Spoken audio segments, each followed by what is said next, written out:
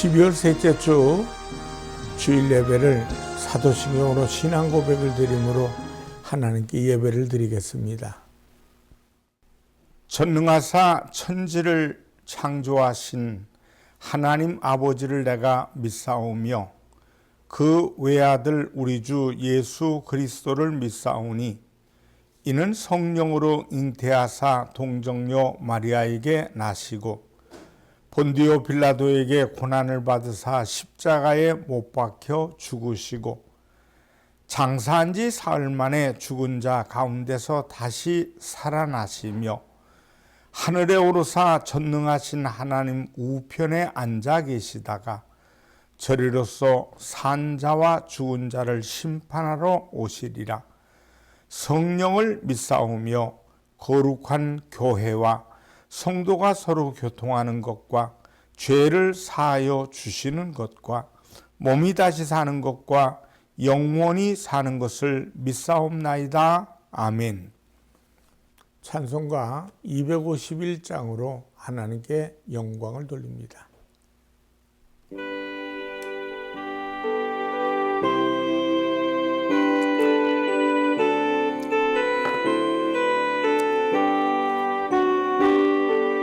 놀랍다 주님의 큰 은혜 우리의 죄를 속하시려 갈보리 십자가 위에서 어린 양 보혈을 흘렸네.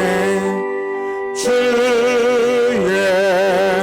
은혜 우리의 죄를 다 씻었네. 주의 은혜 우리의 죄를 다 씻었네. 죄악을 속난 파도같이 우리 영혼을 위협하나 헤아릴 수 없는 존에 십자가에서 이셨네. 주의 은혜 우리의 죄를 다 씻었네. 주의 은혜 우리의 죄를 다 씻었네. 죄악에 물든 영혼들을 주께서 피로 씻으시세. 지금도 흐르는 그 피에 눈보다 더 이게 씻으라. 주의 은혜 우리의 죄를 다 씻었네. 주의 은혜 우리의 죄를 다 씻었네. 피할 수 없는 은혜를 믿는 자에게 거저주네. 형제 여주 앞에 나와서 더 주체 말고 시하더라. 주의 은혜 우리의 죄를 다 씻었네. 주의 은혜 우리의 죄를 다 씻었네. 기도드리겠습니다.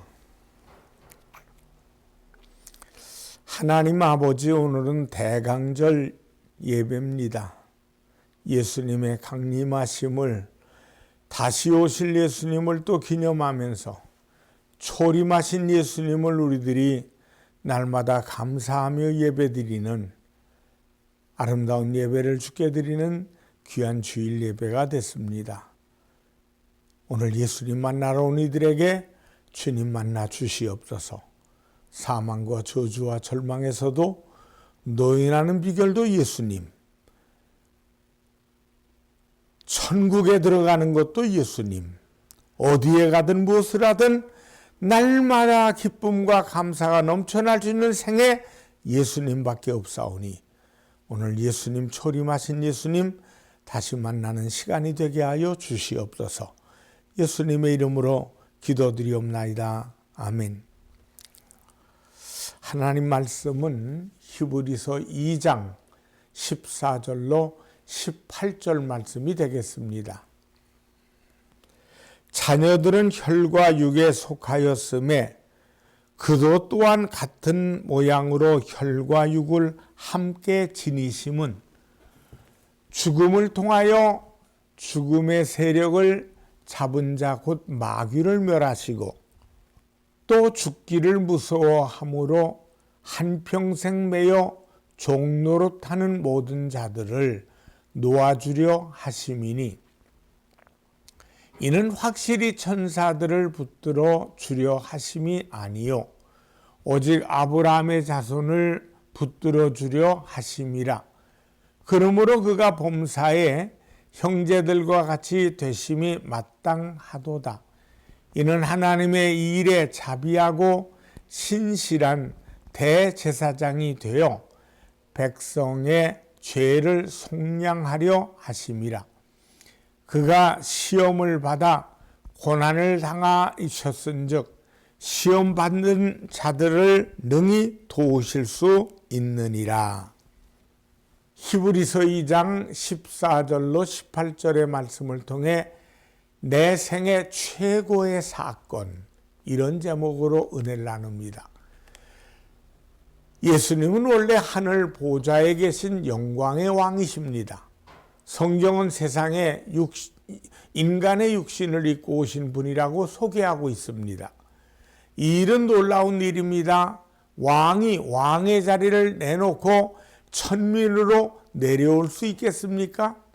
하나님이신 예수님이 하늘의 영광을 버리고 사람의 몸을 입고 세상에 오신 것은 왕이 천민이 되는 것과도 비교할 수 없이 훨씬 더 낮은 자리로 오신 것입니다.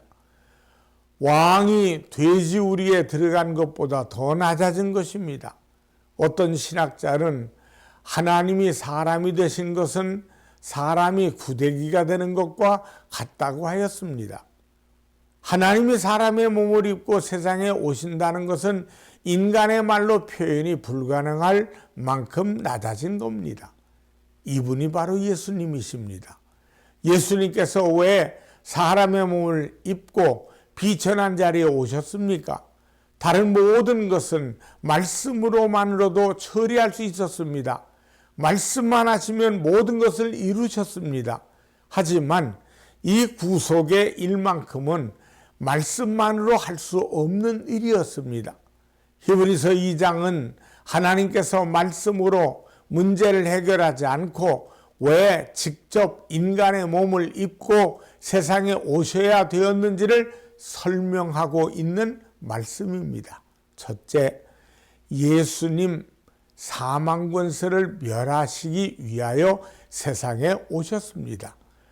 오늘 본문 14절을 보면 자녀들은 혈과 육에 속하였음에 그도 또한 같은 모양으로 혈과 육을 함께 지니심은 죽음을 통하여 죽음의 세력을 잡은 자 곧 마귀를 멸하시며 세상에 사는 모든 인간들에게 운명 지어져 있는 죄의 문제, 죽음의 문제는 말씀으로만 해결할 수 없습니다.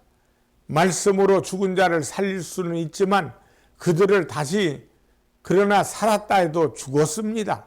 근본적으로 인간 세상에 죽음을 몰아내기 위해서 하나님이 세상에 직접 오셨습니다.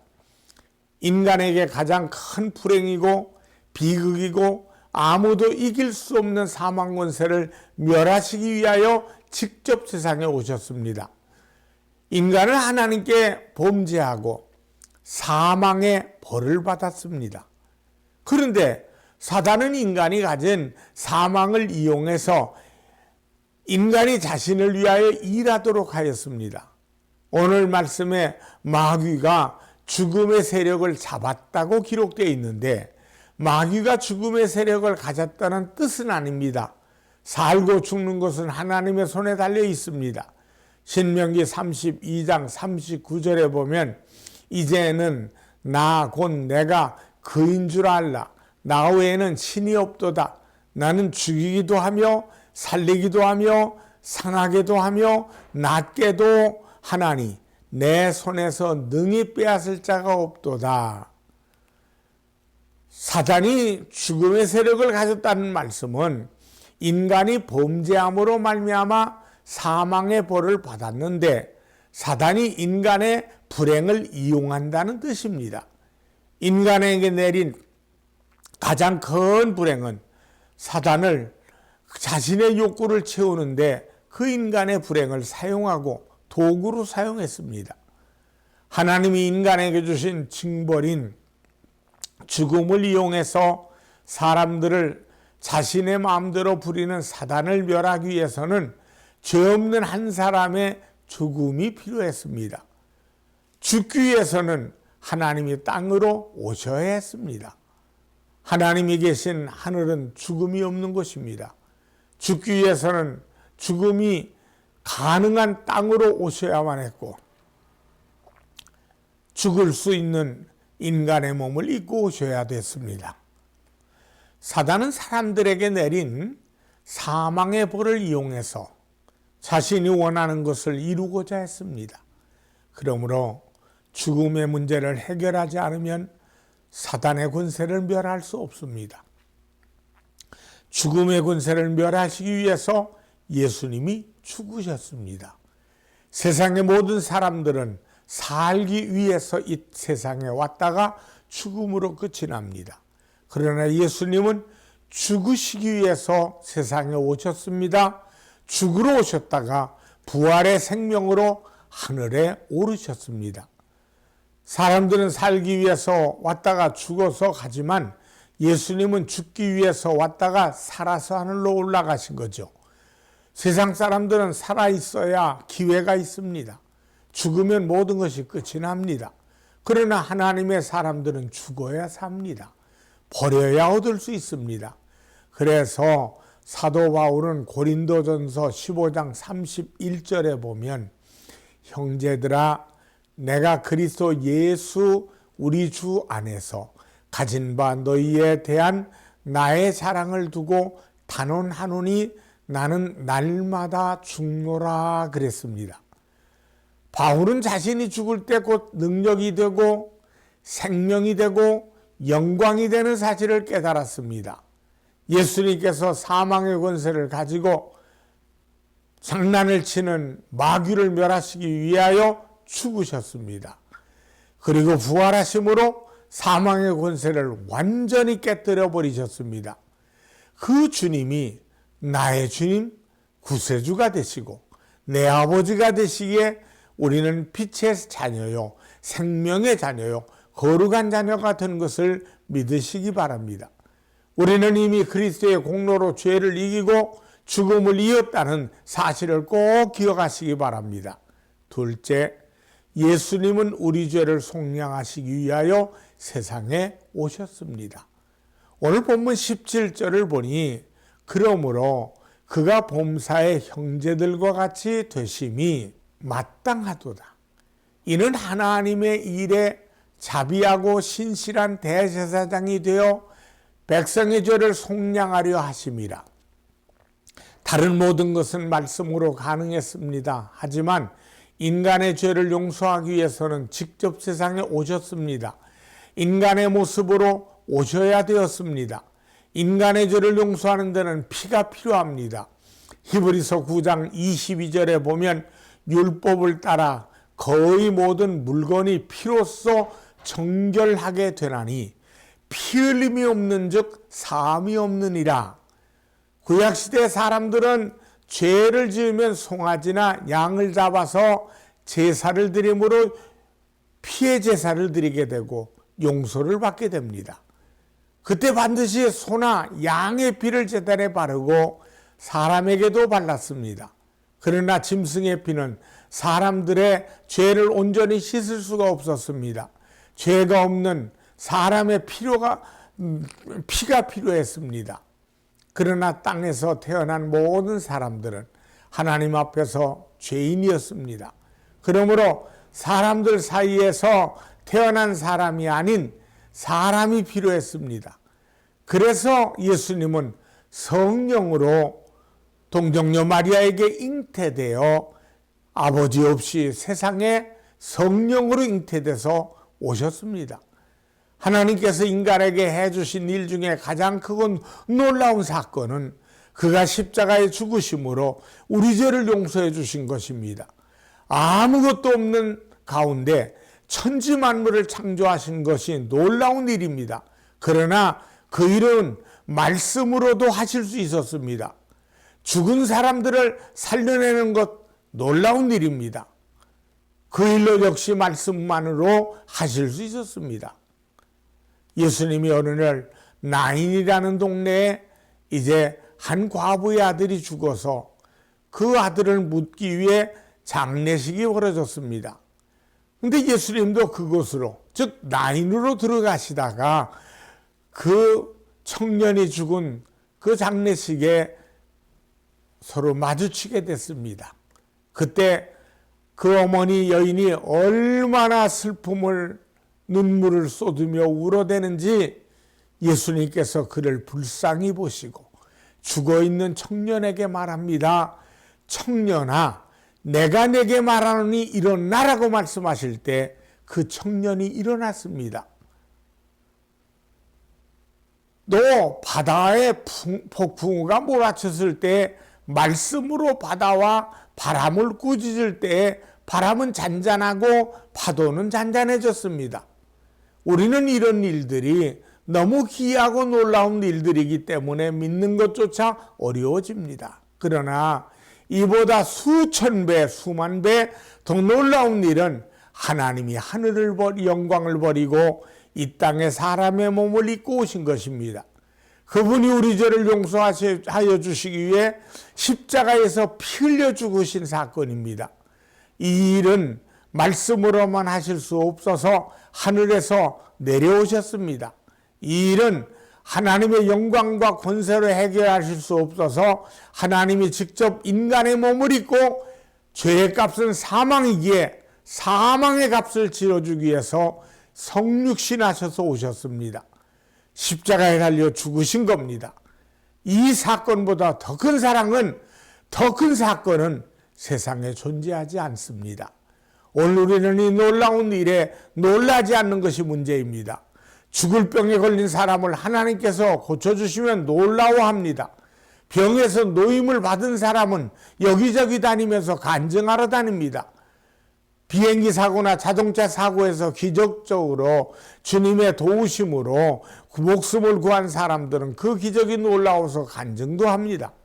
그러나 하나님이 하늘의 영광을 버리시고 이 땅에 오신 것은 더 놀라운 일인데, 슬픔과 눈물과 죽음이 없는 하늘에서 죽음과 눈물과 고통이 있는 세상에 하나님이 오신 것이 가장 놀라운 사건이 아닙니까?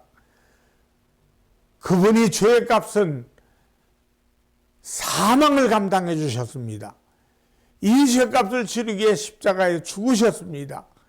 사망 권세를 멸하시고 우리에게 부활의 소망을 주신 것은 더욱 놀라운 사건입니다. 나 같은 죄인을 위하여 죽으시기 위하여 하나님께서 인간의 육신을 입고 세상에 오신 것은 인류 최대 사건입니다. 세상에는 한때 놀라운 일들이 시간이 지나면 평범한 일이 됩니다. 처음에 휴대전화가 나왔을 때 얼마나 신기했습니까? 전화선도 없는데 아무 데서나 전화를 할 수 있었습니다. 그러나 이제는 휴대전화로 서로 얼굴을 보면서 영상통화도 할 수 있습니다. 하지만 사람들이 휴대전화를 놀라워하지 않습니다. 자꾸 더 놀라운 일이 생기기 때문에 과거의 놀라운 일들이 이제는 아무런 흥미도 느끼지 못합니다. 하지만 아무리 세월이 가도 이보다 더 놀라운 일이 일어날 수 없습니다. 하늘에 계신 하나님이 인간의 몸을 입고 세상에 오셔서 죄가 없는 분이 죄인들을 위하여 자신의 생명을 내놓는 일보다 더 놀라운 일은 없습니다. 사람이 아무리 변해도 이런 놀라운 일은 다시 일어나지 않습니다. 그런데 성경은 또 한 번의 놀라운 일을 소개합니다. 하늘로 올라가신 주 예수님이 다시 이 땅에 재림하신다는 말씀입니다. 하늘에 계신 하나님이 세상에 오신다는 약속이 이루어지는데 수천 년이 걸렸습니다. 세상에 메시아로 오신다는 약속이 너무 오랫동안 이루어지지 않아서 포기한 사람들이 많았는데 그분은 오셨습니다. 지금도 많은 사람들이 예수님의 재림을 기다리지만 오시지 않으니까 주님이 재림하신다는 말씀을 동화책의 이야기쯤으로 생각합니다. 그러나 이 동화 같은 이야기가 현실이 될 날이 오게 될 것입니다. 우리는 세상에서 가장 놀라운 일 한 가지를 기다리고 있습니다. 이 날이 있기에 우리에게 소망이 있습니다. 우리가 다 죽고 무덤 속에 들어가지만 주님이 다시 재림하시는 날 죽은 자들이 무덤에서 다시 살아날 것입니다. 그날이 있기 때문에 우리의 모든 육신의 죽음으로 끝날 것이지만 실망하지 않는 겁니다. 우리는 이 놀라운 소식에 놀라고 또 놀라고 전해야 합니다. 사람의 몸을 입고 이 땅에 오신 예수님, 하나님이 인간의 몸을 입고 오신 예수님, 그분이 십자가에 죽으시고 부활하심으로 우리를 죄와 사망에서 건지셨습니다. 그리고 언젠가는 다시 오실 겁니다. 이 모든 일을 이루기 위해서 예수님 초림하셨습니다. 그 주님을 기념하는 성탄의 계절에 예수님과 동행하는 여러분과 제가 되기를 주님의 이름으로 축원합니다. 기도하겠습니다. 세상에서 가장 놀라운 사건, 그 사건 중의 사건은 하나님이 사람이 되셔서 오셨다는 겁니다. 인간은 죄값은 사망인데 사망의 값을 치르기 위해서 모든 사람은 지옥 가야 마땅한데 하나님께서 인간의 죄를 감당하시기 위해서 어느 누구도 감당할 인간이 없어서 하나님이 인간의 몸을 입고 오셔서 우리를 위해 십자가에 죽으시려고 이 땅에 초림하셨습니다. 그 예수님을 기념하는 성탄의 계절에 우리 오직 예수만을 자랑하는 우리 모두가 되도록 도와주시옵소서. 예수님의 이름으로 기도드립니다. 아멘. 헌금을 위해 축복합니다. 하나님 아버지, 우리를 위해 이 땅에 죄값을 치러주러 오신 주님을 환영하고 인정하고 모셔드리고 의지합니다. 주님만 자랑합니다. 세상 끝날까지 주님만 자랑하는 우리들, 주여 믿음의 씨앗을 들여 주님 나라가 더 넓게, 더 크게, 더 크고 넓게 아버지 하나님 퍼져나갈 수 있고 아버지 전도해 나갈 수 있도록 우리의 손길이 모아져 싸우니 믿음의 손길에 30배, 60배, 100배로 갚아주셔서 많은 영혼을 살리는 귀한 예물 받아 주시옵소서. 예수님의 이름으로 기도합니다. 아멘. 축도하겠습니다. 지금은 우리 주 예수 그리스도의 은혜와 하나님 아버지의 무한하신 사랑과 성령님의 충만 교통하심이 예배드리며 영광 드리는 모든 이들에게 이제부터 영원토록 함께 하시기를 간절히 축원하옵나이다. 아멘.